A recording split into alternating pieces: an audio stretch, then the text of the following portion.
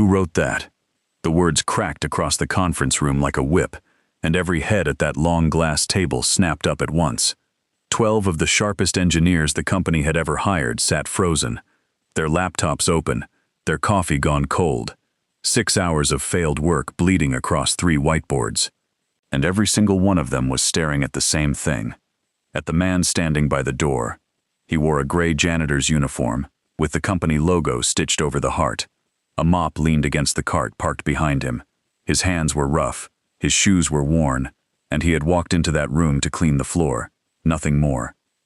But on the whiteboard behind him, beneath a graveyard of crossed-out equations that the finest minds in that building had spent half a day failing to solve, there were now 7 clean lines of mathematics.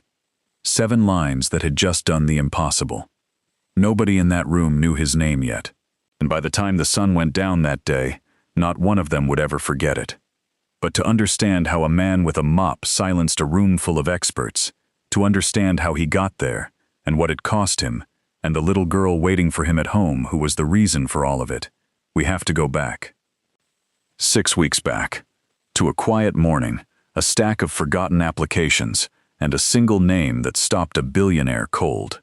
Claire Bennett had built her fortune on her ability to see what other people missed. It was the one gift she never stopped being grateful for. But on that gray Tuesday morning, sitting alone in her office on the top floor of a building she owned, she almost missed the most important name she would ever read. She had been working through a stack of janitorial applications for the better part of an hour.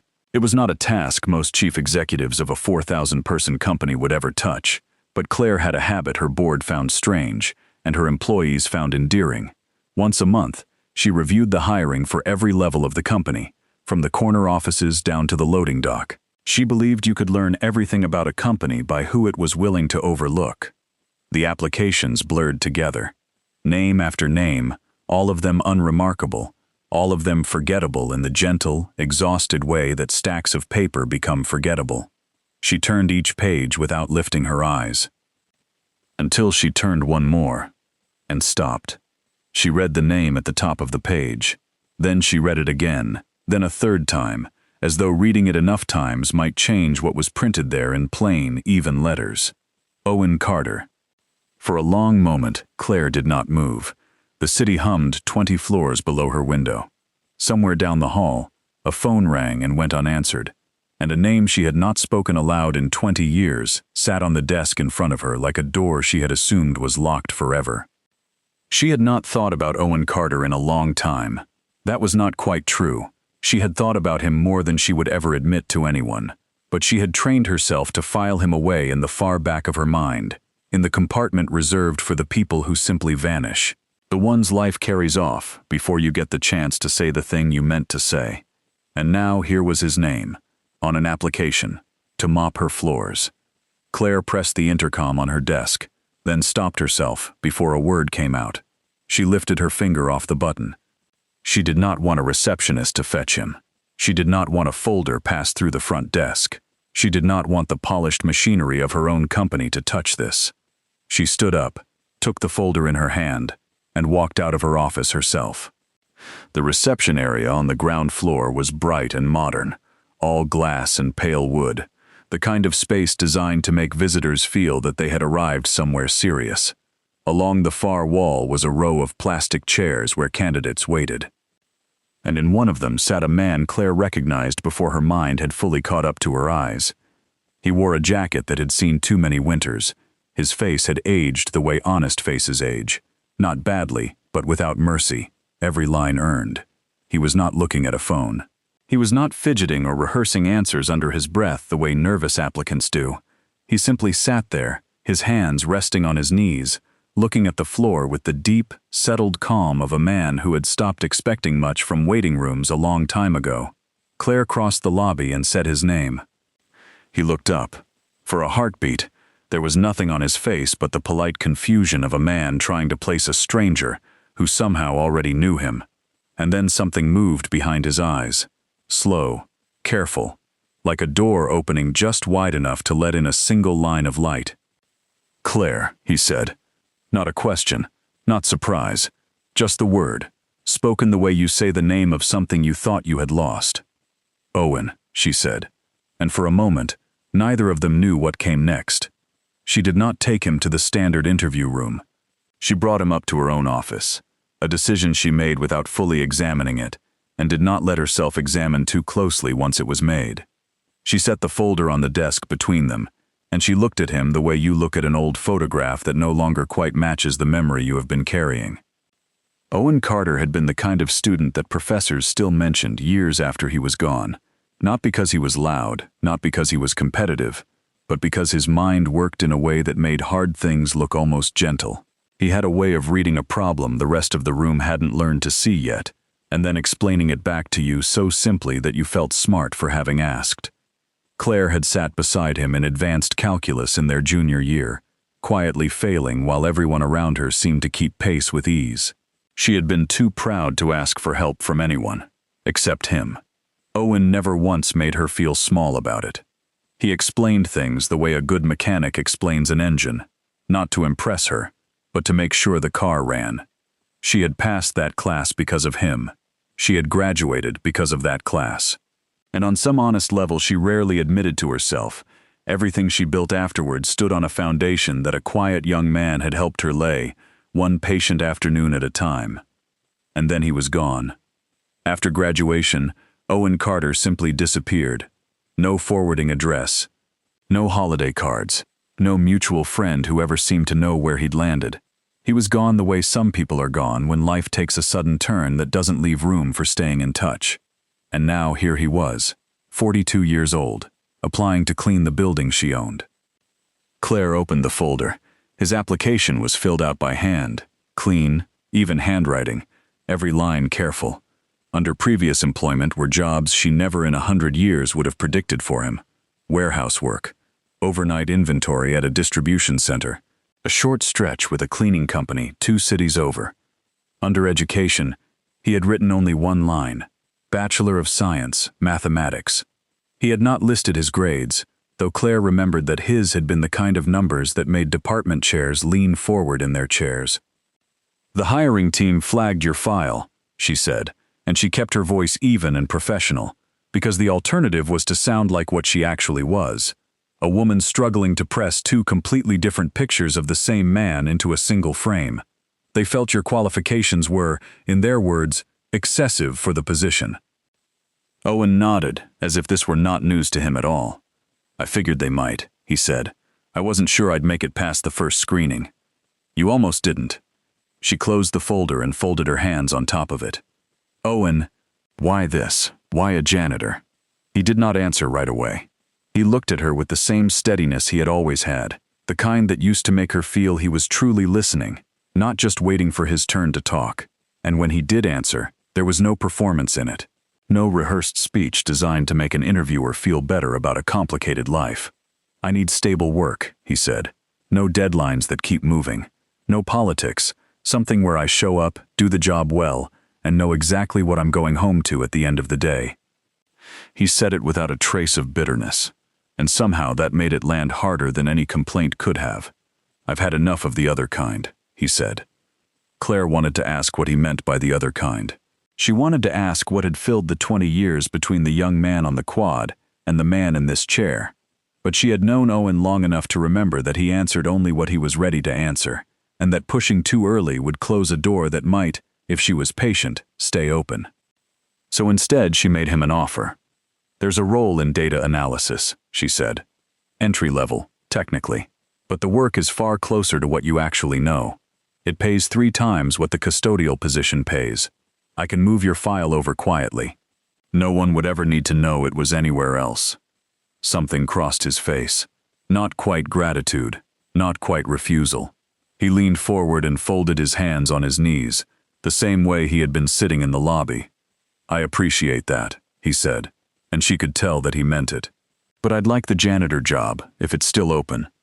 There was no apology in it, and no defensiveness either. None of the wary edge that comes into people's voices when they expect to be argued with. I'm not ready for anything like that, he said. Not right now. Claire sat with that.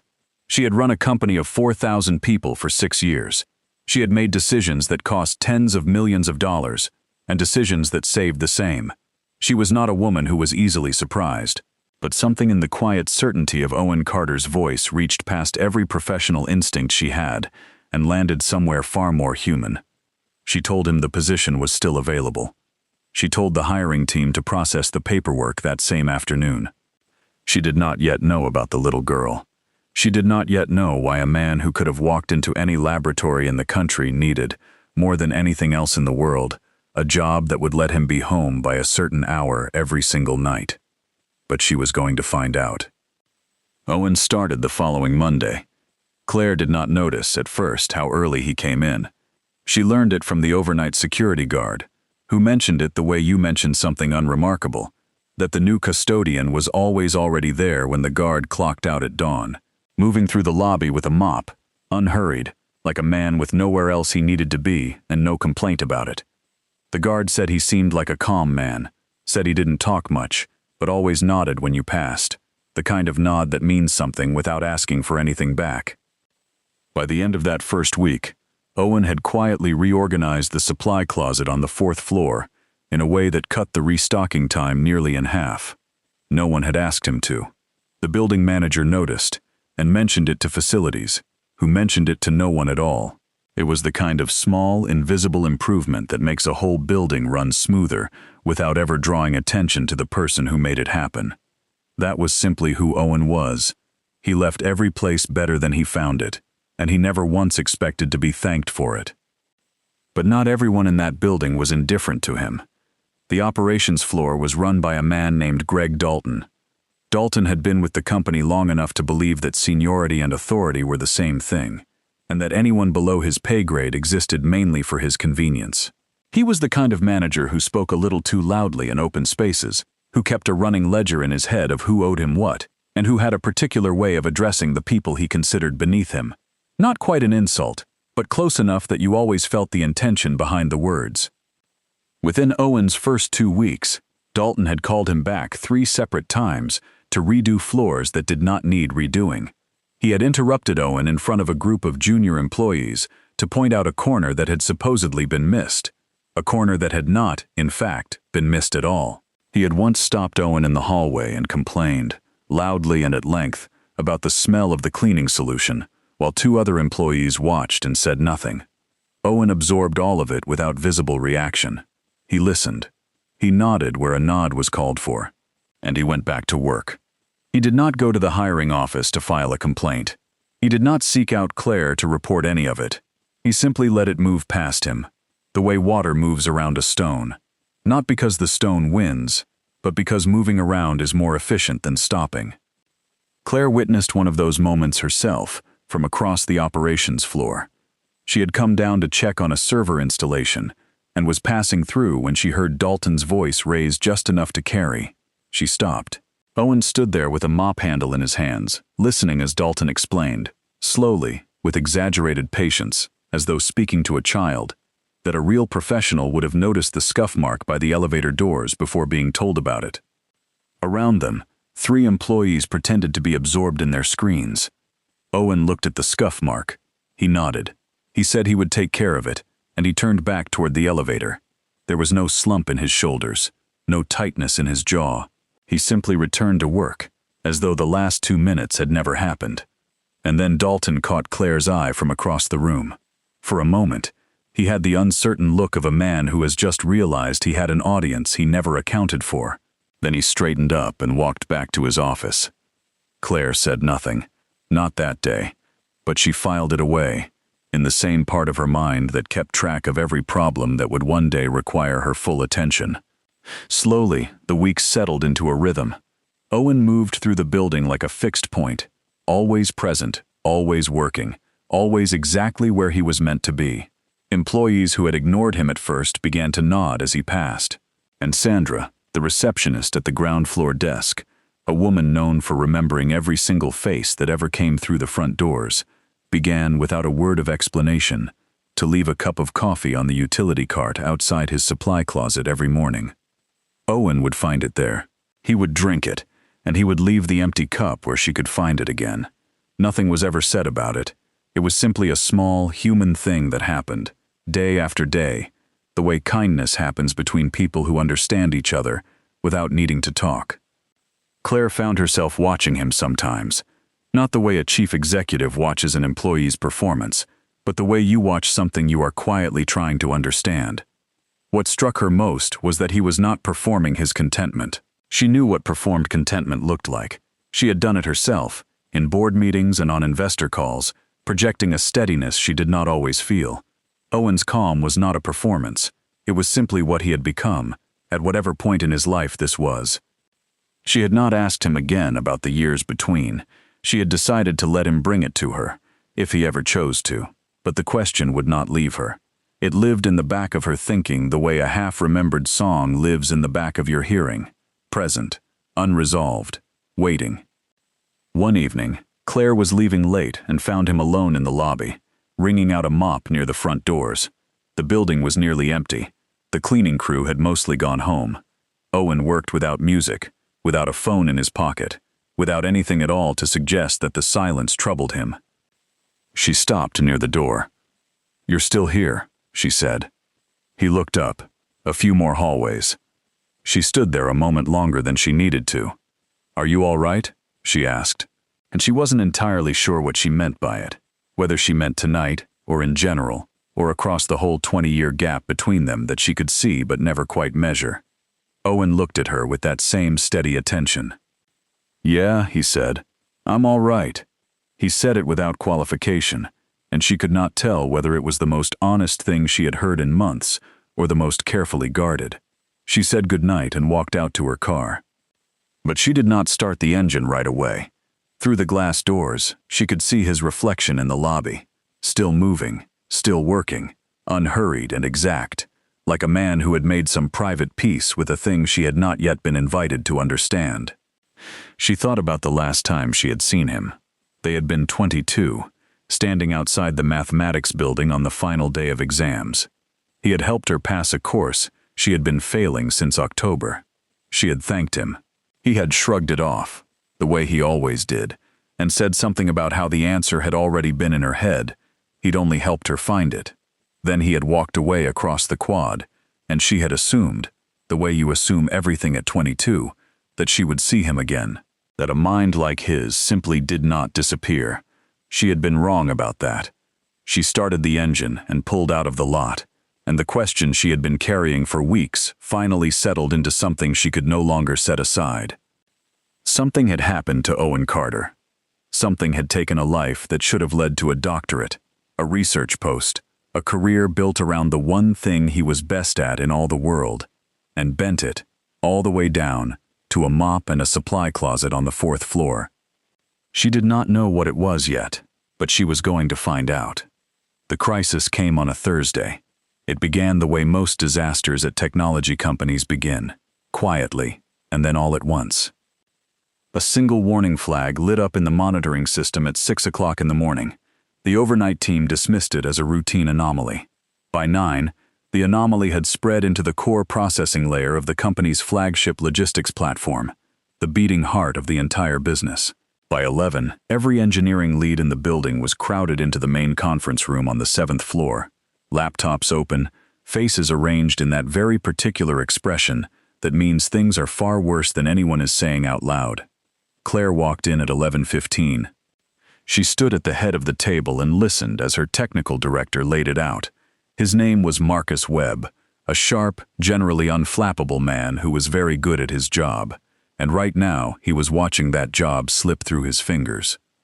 The algorithm that managed distribution for 3 of the company's largest clients had developed a cascading error deep in its optimization function. It was not catastrophic, yet, but it was spreading. If they did not find the broken formula and correct it within the next several hours, the system would begin generating false routing data across the entire network. And false routing data, at that scale, meant something very simple and very terrifying. Hundreds of millions of dollars in contractual liability, clients lost, a company's reputation, built over years, cracking in the span of an afternoon. Webb's team had been at it since 7 that morning. They had found where the error was expressing itself, but the mathematics behind the failure, the exact point in the logic where the optimization had broken down, was buried somewhere in a sequence of calculations that not one engineer in that room had been able to isolate. Webb said all of this with the tight, controlled frustration of a man watching a problem grow larger than himself. The whiteboards at the far end of the room were a battlefield, formulas branching into sub-formulas, arrows connecting variables to outcomes. 3 different colored markers, each one the trail of a different failed approach. The engineers moved between their screens and the boards with the restless energy of people who understood the problem well enough to know that understanding it was not the same as solving it. The clock on the wall read 11:40, and that was the moment Owen Carter appeared in the doorway. He was not supposed to be there. He was supposed to be cleaning the hallway outside. It was part of his Thursday rotation. Someone had propped the conference room door open with a chair to let people move quickly between the room and the server closet next door. Owen had worked his way down the hall until he reached that door, cloth in hand, ready to move the chair and pull the door shut so he could finish the floor. He did not move the chair. He stood in the doorframe and he looked at the whiteboard. At first, no one noticed him. The room was too consumed by its own pressure. Engineers typing, Webb barking into a phone, 2 analysts arguing over a printed spreadsheet by the windows. Owen stood perfectly still and looked at the board for perhaps 90 seconds, long enough for Claire, who was standing along the back wall, reviewing something on a tablet, to catch him in the corner of her eye and look up. He was not reading the board the way a curious stranger reads something unfamiliar.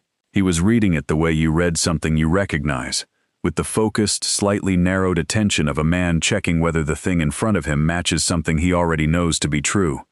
Claire watched him. She did not call out. She waited, and then Owen turned his head and found her eyes without searching for them. There was a question in his expression, not spoken, just the look of a man who has seen something and is trying to decide whether it is his place to say so. Claire gave him the smallest nod she could manage without a soul at that table noticing. "Go on." Owen crossed the room. He picked up a black marker from the tray, found a clear section at the bottom right of the board, and began to write. He did not write slowly. He did not write with the theater of a man trying to look intelligent. He wrote the way you write, when the answer is already fully formed in your mind, and your hand is simply hurrying to catch up.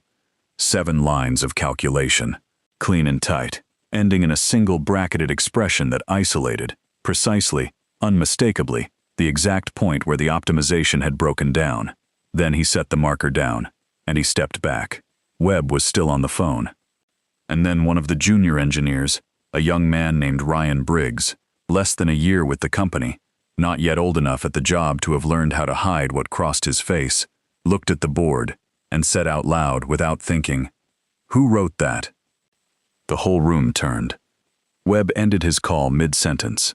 Somewhere, someone let out a short, uncomfortable laugh, because the man standing beside that whiteboard was wearing a gray uniform with a company logo stitched over the heart, and had a mop cart parked by the door. "I might be wrong," Owen said. He said it simply, without a shred of deflection, in the exact same tone he might have used to mention that the soap dispenser on the 3rd floor was running low. "But if the error's in the waiting function, that's where I'd look." The room went quiet, the particular kind of quiet that falls over a room when something has just happened that no one has a script for. Webb walked slowly to the board. He stood in front of Owen's 7 lines for a long time. He pulled out his own phone and ran something through it, and his face moved through several stages, one after another, like weather crossing a sky. Skepticism, then attention, then recognition, and finally the very specific look of a man who has just watched a stranger walk up to a locked door and open it without a key. "Run it," Webb said to the room. He was not looking at Owen when he said it. He was still staring at the board, as if afraid that if he looked away, the answer might vanish. The engineers ran it. 11 minutes later, the warning flag in the monitoring system went dark. The algorithm resumed normal function. The cascading failure stopped exactly where it stood, and it went no further. Hundreds of millions of dollars in liability. Gone, like a wave pulling back from the shore. No one in that room said a single word to Owen directly. He retrieved his cloth from beside the door, finished the hallway floor, and moved on to the next section of his rotation. By the time the room had reorganized itself around the enormous relief of the crisis being over, he was already 2 floors down, doing his job. Claire found him that afternoon, near the service elevator on the 5th floor. She did not lead with what had happened in the conference room. She let it sit in the air between them for a moment first, because some things need a beat of silence before they can be spoken about without sounding like a transaction. "Where did that come from?" she finally asked. Owen set his card against the wall. He looked at her with the same steadiness he always had, though something in his eyes was a little more open than usual, like a window cracked just enough to change the air in a room. "I've had a lot of time to think," he said. "When you're doing work that doesn't take everything you have, your mind goes somewhere. Mine always goes back to math." He said it without any effort to make it sound profound. It was simply a fact, delivered plainly. Claire looked at him for a long moment, and then she asked the question she had been carrying for 6 weeks. "What happened to you, Owen? After graduation? I need to understand." He was quiet for a few seconds, not evasive, just organizing, and when he spoke, his voice was level, without a trace of a man rehearsing his own hardships for an audience. His parents, he told her, had grown ill within 2 years of each other. His father first, a long illness that required constant care and drained the family's savings faster than anyone had planned for. Owen had been accepted into a doctoral program by then, a fully funded position in applied mathematics at a university in the Northeast, the kind of opportunity a person waits their whole life for. He had deferred it once, then he had deferred it again, and then the window closed and the program moved on without him. His mother's illness came next, and there was more that he told her then, a part of the story Claire had not known to expect and would never forget.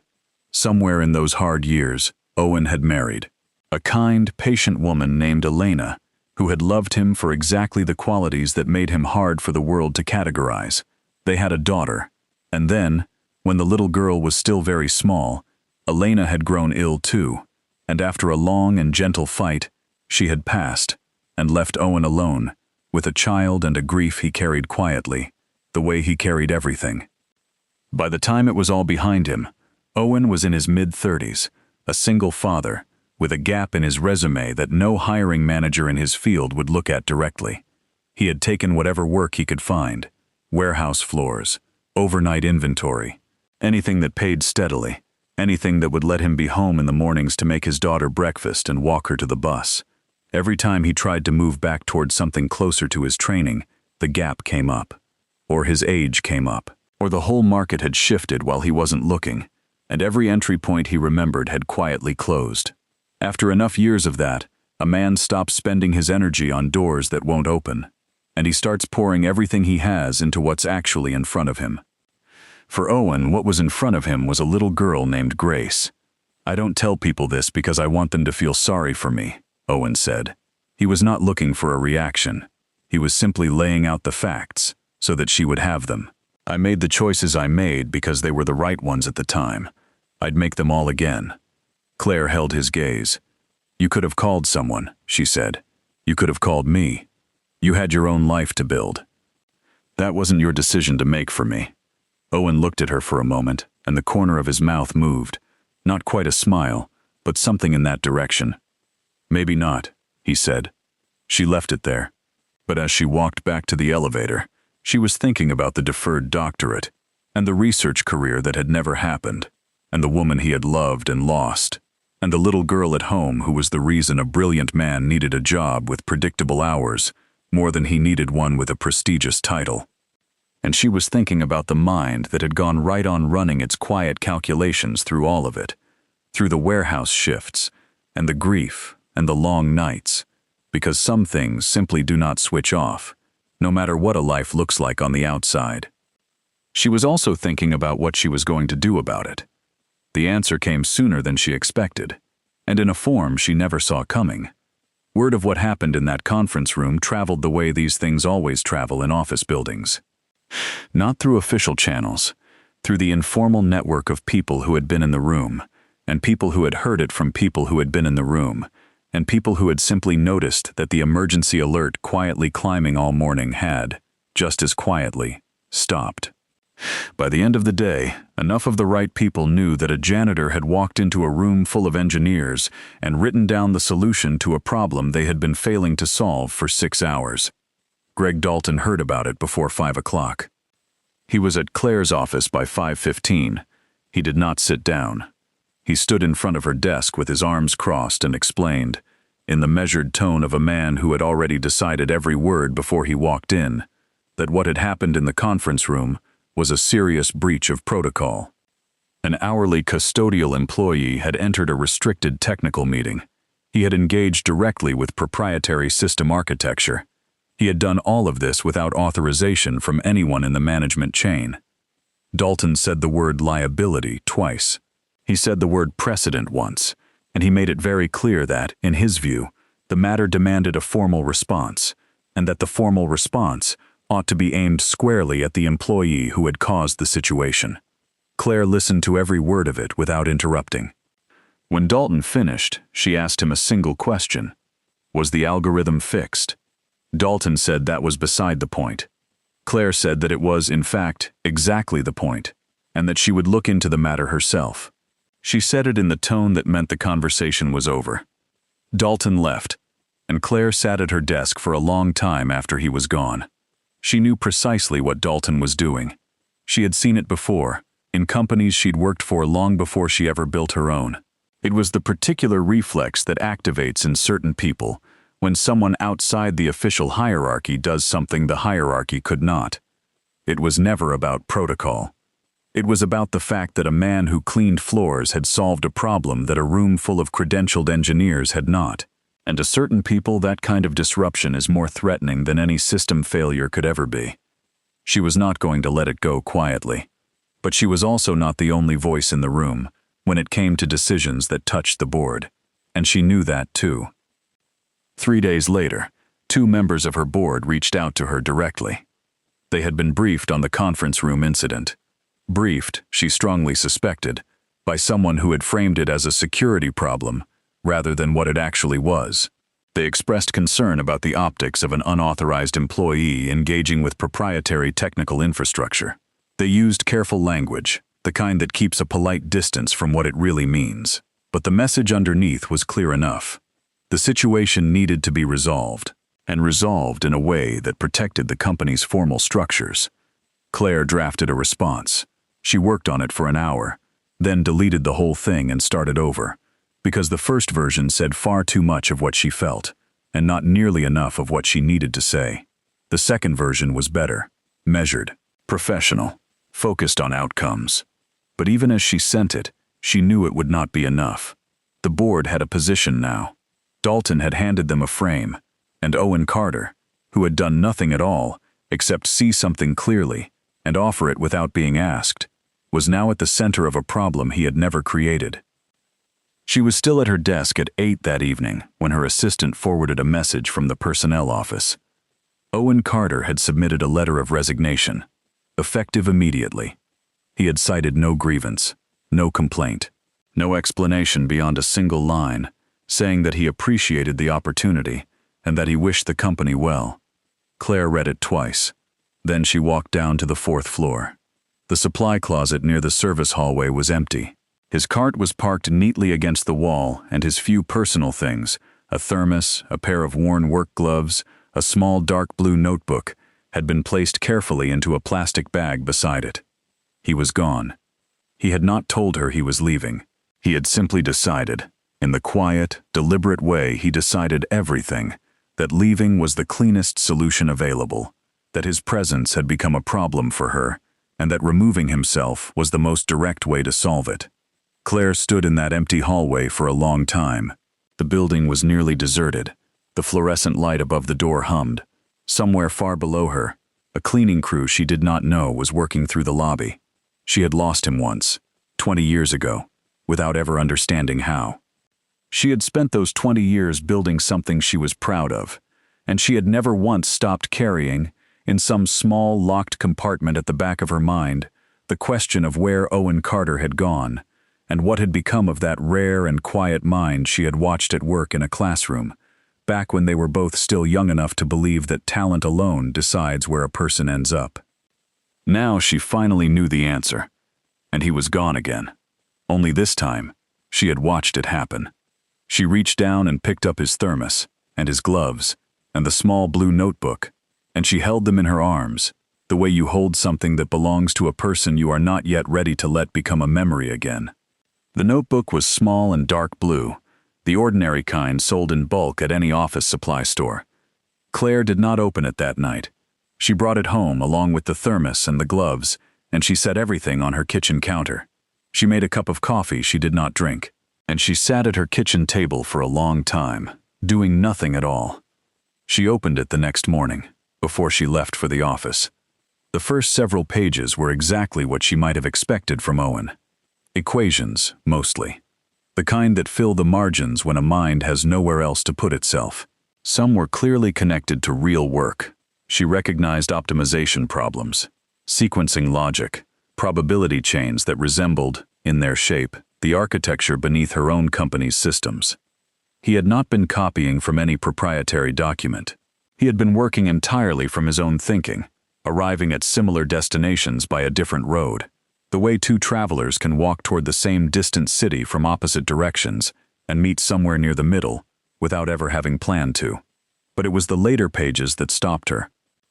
Toward the back of the notebook, the equations gave way to something else, shorter entries in the same clean hand, addressed to no one. He wrote about his father's final months, about the particular exhaustion of being the only person in a room, and knowing that exhaustion was not permitted to be an excuse to stop. He wrote about a job he had lost at 37, not because he had failed at it, but because the company had restructured, and his role had been folded into a position they gave to someone 15 years younger and a good deal cheaper. He wrote about the doctoral program he had deferred, not with bitterness exactly, but with the clear-eyed accounting a person does when they want to understand their own life rather than mourn it. And he wrote about Grace. Page after page, in the small, quiet moments between the hard entries, there was his daughter, her first lost tooth, the morning she rode a bicycle without his hand on the seat, and the way she had turned around at the end of the street with her whole face lit up, the questions she asked at bedtime that he did not always know how to answer, the list, in the margins, of the things he still needed to save for, a winter coat, new shoes, the small, endless, ordinary arithmetic of a father doing everything alone. Near the very last written page, he had copied down a single line by itself. The same line, Claire realized, that he had said to her once, in passing, in the hallway outside the supply closet. Not everyone who takes the long way around is lost. Claire closed the notebook.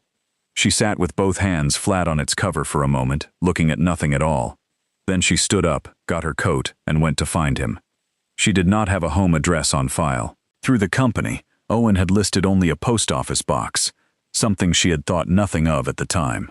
She went into the personnel system herself, which required overriding 2 layers of access she was technically not supposed to touch, and which would generate a permanent record of the query. She did not care in the slightest. There was an emergency contact form, and on it, in a familiar clean hand, was a street address, a building on the east side of the city, in a neighborhood that had been sliding downhill for 20 years and had not yet found its way back up. She drove there herself. She did not send anyone ahead. She did not call first. She parked in front of a 4-story building with a buzzer panel, where several names were written in faded marker, and several slots were simply blank. Owen's name was there, 3rd floor, written in the same clean hand as the notebook. She pressed the buzzer. There was a long pause, and then a small voice, a child's voice, came through the speaker. "Hello?" Claire's heart caught for a moment. "Hi," she said gently. "My name is Claire. I'm an old friend of your dad's. Is he home?" There was a rustle, a muffled exchange, and then Owen's voice. He said only her name, nothing attached to it, and then the door buzzed open. The apartment on the 3rd floor was small and immaculately kept. A single room served as living space and kitchen both. There was a narrow window looking out at the brick building across the street. Books stood in even, careful columns against one wall. And on the refrigerator, held up by a magnet shaped like a star, were a child's drawings, Bright, careful crayon suns and stick figure families, arranged with the same quiet order Owen brought to everything. Grace was 9 years old. She had her father's steady eyes and a gap-toothed, unguarded smile. She looked at Claire with open, fearless curiosity, then looked up at her father to see whether this stranger was someone to trust.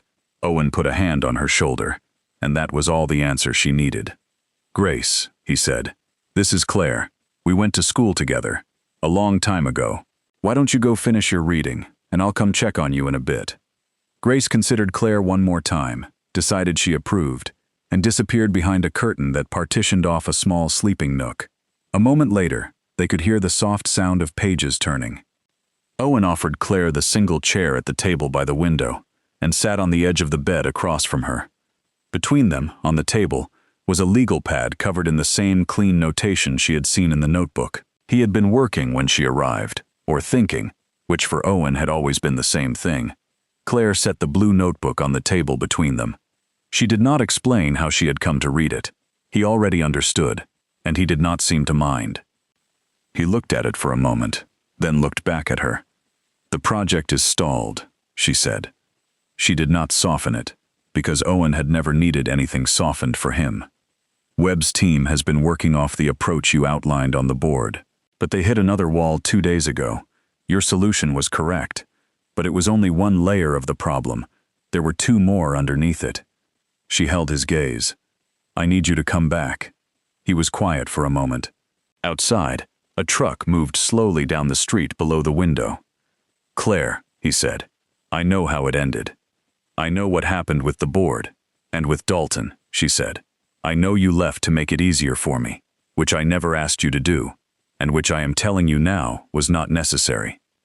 She kept her voice level. This was not a speech, and she did not want it to sound like one. "I'm not asking you to come back as a janitor. I'm asking you to come back as an internal consultant. You'd work with the engineering teams on problem solving. You wouldn't have a grand title. You wouldn't have a corner office. You'd be treated exactly the same as every other person who works there, which is something I should have made sure of the first time, and didn't." Owen looked at the legal pad on the table.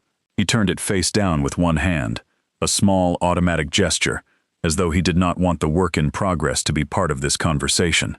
"What about the board?" he asked. "I handled the board," she said. He looked at her. "What does that mean?" "It means," Claire said, "that I walked into a room and explained to them, in terms they could not reasonably argue with, that a man with no current credentials had written down the solution to a critical failure, a solution that a room full of engineers with advanced degrees had spent 6 hours failing to find." She let that sit for a moment. "And I told them that any company which responds to that by removing the person responsible is not a company that is managing its assets intelligently." 2 of them pushed back, so I offered to schedule a follow-up meeting, just as soon as they could identify someone else, anyone else, who could do what Owen Carter had done. She paused.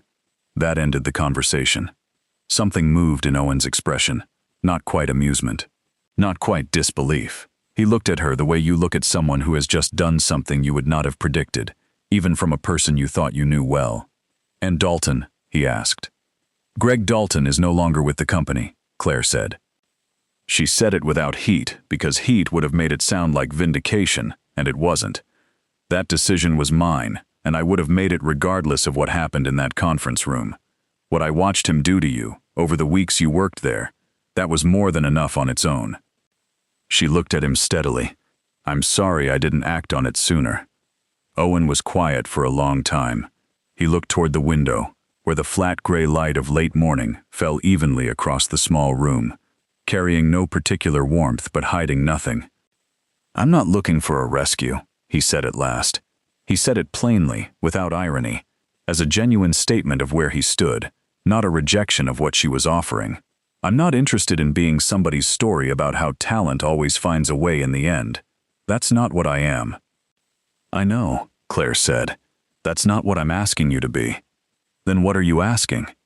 "I'm asking you to walk into a building full of people who are very, very good at certain things, and completely unable to think outside of those things, and to spend some time with them, not to fix them, just to show them a different way of looking at a problem." She kept it simple, because the simple version was the true one. You've been doing that your whole life, Owen. You did it for me, in a classroom, 20 years ago. The only difference now is that I can finally pay you what it's worth. From behind the curtain, the soft sound of turning pages had stopped. A small figure was listening. Owen glanced toward it, and then, more quietly, he said the thing that was really underneath all of it. I need to be home by 6, every night. There's no version of this where that changes. I know about Grace, Claire said gently. The role I'm describing is yours to shape. You set your hours. You will be home for your daughter every single night. I would put that in writing before you signed a thing. For the first time since she had walked in, something in Owen's shoulders eased. He reached out and turned the legal pad right side up again, and looked at the cover of the notebook the way you look at something you have carried so long you have stopped truly seeing it. No title, he said. Consultant, she said. Internal. Whatever the business card says, the actual work is what I described. No separate office. There's a room on the 3rd floor. Used to be a small conference space. It's been storage for 2 years now. We'll clear it out. He was quiet again. She let him be quiet, because Owen had always needed the room to think that most people rush to fill with more talking. All right, he said. It was not a dramatic surrender. It was simply a decision, made in the same deliberate way he made all of them, with the fewest words necessary, and without performing the weight of it. Claire nodded. She picked up the notebook and held it out to him across the table. He took it. She told him she would have the paperwork ready by the end of the week, and she told him that she would address the full staff before he started, because she was not going to let him walk back into that building without every person in it understanding what had happened and why. He said that wasn't necessary. She said that it was, and that it was not up for negotiation, which made the corner of his mouth move, in that way it had, into the shape of a smile that never quite arrived. At the door, she stopped. Owen, she said. He looked at her from across the small room. You wrote something in that notebook. The same thing you said to me once, in the hallway. Not everyone who takes the long way around is lost. She held his gaze. I've thought about it every day since I read it. I think it's one of the truest things I've heard in a very long time. Owen looked at her steadily. It took me a while to believe it myself, he said. And from behind the curtain, a small voice called out, Bye, Claire, bright and fearless and full of a future that had just, quietly, changed. Claire smiled. Goodbye, Grace, she called back. And she left them there, the father and the daughter, the legal pad and the blue notebook, the crayon suns on the refrigerator, and the flat gray light coming through the window. And she drove back to the office with the particular clarity that comes only after a decision has been made, and the one thing left to do is to see it through. Claire called a full staff meeting for the following Monday morning. She stood at the front of the main floor, with 400 people arranged in front of her, some in chairs, some standing along the walls, and she told them what had happened. She told it plainly. She did not soften the part where her own engineering team, brilliant as they were, had been unable to find the answer. She told them that a man who had been working as a janitor in their own building had walked past an open door and written down a solution that stopped a cascading failure before it reached the point of no return, a failure that would have cost the company more than most of them could imagine. And then she told them the harder part. She told them that the company's first instinct, the institutional reflex to treat that moment as a liability rather than a gift, had been wrong, deeply wrong, and that she intended to correct it, starting with the fact that the person most responsible for turning it into a disciplinary matter was no longer employed there. She did not name Greg Dalton. She did not need to. The people who needed to understand exactly what she was saying understood it completely. She told them that Owen Carter would be returning to the building, not as a janitor, but as a consultant in problem-solving and analytical thinking, and that she expected every person in that room to treat him with precisely the same respect they would want for themselves. She said all of it clearly, and she did not turn it into a lecture, because she did not want the message to be about shame. She wanted it to be about correction, about the kind of company they were going to choose to be. When she finished, the room was silent for a moment, and then someone began to clap. She could not see who. From where she stood, But the sound spread, the way sound spreads through a room when it means something, until 400 people were on their feet. Owen started on a Wednesday. He came in through the front entrance, and Sandra, the receptionist who had left a cup of coffee on his cart every single morning without a word of explanation, handed him a badge with his name on it and told him his room was ready on the 3rd floor. He thanked her by name and took the elevator up. The room had been cleared out over the weekend. Someone had mounted a whiteboard on the far wall. There was a table, 4 chairs, and a window that looked out over the street below. Owen set his blue notebook on the table and stood in front of the whiteboard for a moment, looking at the blank surface, the way you look at something that is simply waiting to become useful. He uncapped a marker. For a moment, he wrote nothing at all. Then he wrote a single equation at the top of the board. Not a solution, just a starting point, and he stepped back and looked at it. And something in his face settled into the particular quiet of a person who is exactly where they are meant to be, even if the road that carried him there made no sense at all to anyone who only ever saw the destination. In the weeks that followed, the engineers who came to that 3rd floor room came in skeptical at first. Some of them, Ryan Briggs among the earliest, came in expecting to be underwhelmed and left changed. Owen did not lecture them. He did not fill the whiteboard with his own brilliance and ask them to admire it. He did what he had always done, in a classroom 20 years earlier, for a young woman who was quietly failing calculus. He asked the right question. He waited, and then he showed them the answer that had been sitting in their own heads all along, and let them believe, correctly, that they had found it themselves. Marcus Webb, who had every reason to guard his territory, became one of Owen's fiercest advocates.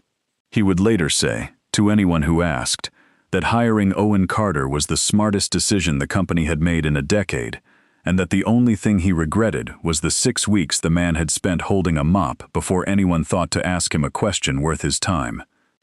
Every day at 5:45, Owen packed up his notebook, said goodnight to Sandra at the front desk, and went home to a small, immaculate apartment on the east side of the city, where a 9-year-old girl named Grace was waiting to tell him about her day.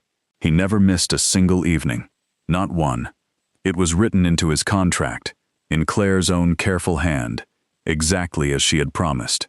And slowly, the small, endless arithmetic in the margins of his notebook began to change. The winter coat got crossed off, the new shoes, and then, one evening, a new line appeared, in that same clean hand, a college fund, with a number beside it that would once have seemed impossible, and no longer did. There was one more thing. On the day Owen left the custodial job for the last time, he had turned in his cart, his keys, and his uniform, but he had kept the mop. He did not fully understand why at first. He only knew that he did not want to hand it back. It stood in the storage closet of his apartment, in the corner behind the door, which is exactly the kind of place a person keeps something they are not quite done with, not something that reminds you of what you lost, something that reminds you, instead, of the distance you crossed to get from there to here, of every quiet, unhurried, unglamorous step it took to make the crossing. Grace asked him about it once, why an old mop was standing in the closet when he didn't clean buildings anymore. Owen thought about it for a moment, and then he crouched down to her level, the way he always did when something mattered. Because, he said, there was a time when this was the most important job I had. It let me take care of you. There's no such thing as a small job, Grace, when it's the one holding your whole life together. She thought about that with the serious frown she wore when she was really thinking. So it's important, she said. It's the most important thing I own, her father said. Everything else came after it. And that was true. Because in the end, the story of Owen Carter was never really about a man who was too smart for a mop, or a genius the world had wasted. It was about a man who had understood, long before anyone gave him credit for it, that the measure of a life is not the title on the door or the size of the office. It is whether you showed up, whether you did the work in front of you with your whole heart, even when no one was watching, whether the people who depended on you could count on you to be there, every night, without fail, by 6. He had taken the long way around, the longest way there was. But he had never, not for one single day, been lost. And the little girl who used to wait for him in a small apartment on the east side of the city grew up knowing something that most people spend a whole lifetime trying to learn. That greatness is quiet, that it wears a gray uniform sometimes, and carries a mop, and asks for nothing, and that the truest kind of it will walk right past a room full of experts, and change everything, and then go home, unhurried and content, to the one small life it was working for all along.